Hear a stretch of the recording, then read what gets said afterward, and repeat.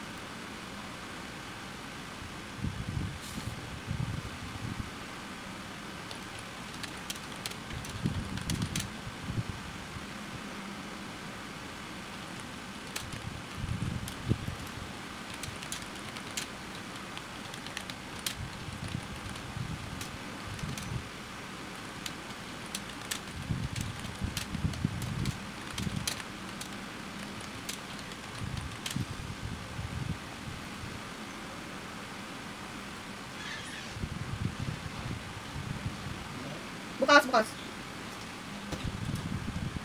Oh, the pictures. Pictures na. Yung mga activity ko naman. Pwede kaya ito, dapat ito.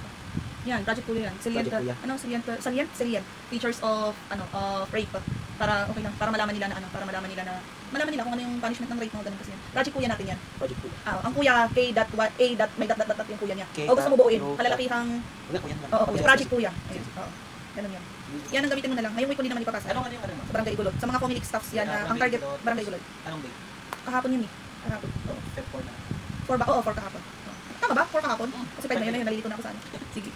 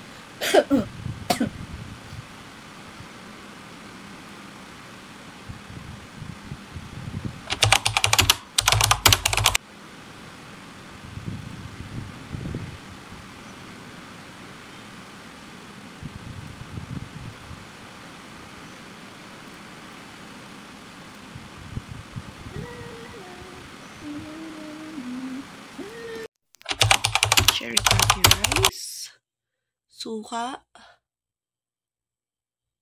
fried eggplant, banana, and dynamite. And syempre coffee. Diba? And let's kain tayo.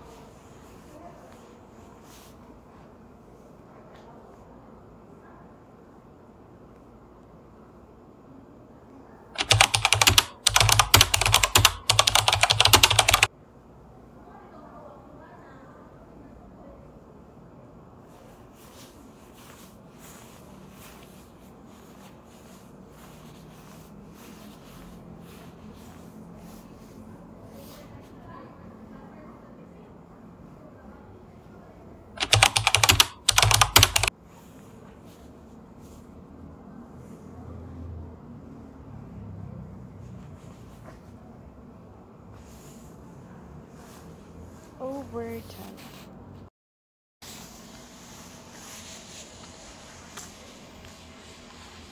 Tapos na ulit ang 10K.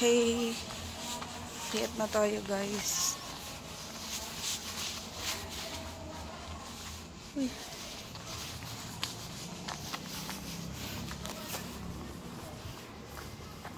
Ay.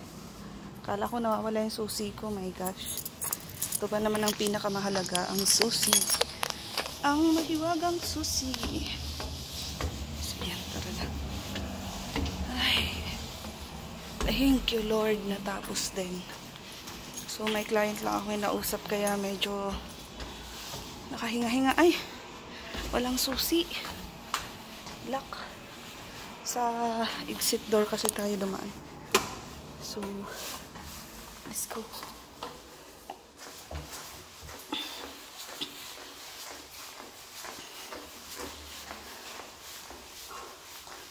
Ay, ito ba yung tapat ko? Ay, hindi. Ay, oo. 213, wala na rin nakatira.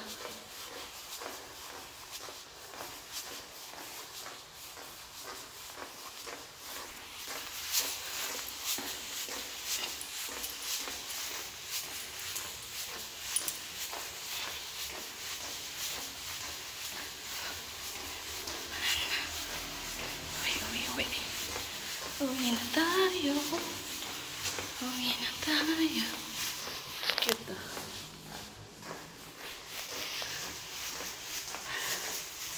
Ayan. Elevator. Pero hindi natin gagamitin yan. Steps tayo. Step. So yun lang. Bye.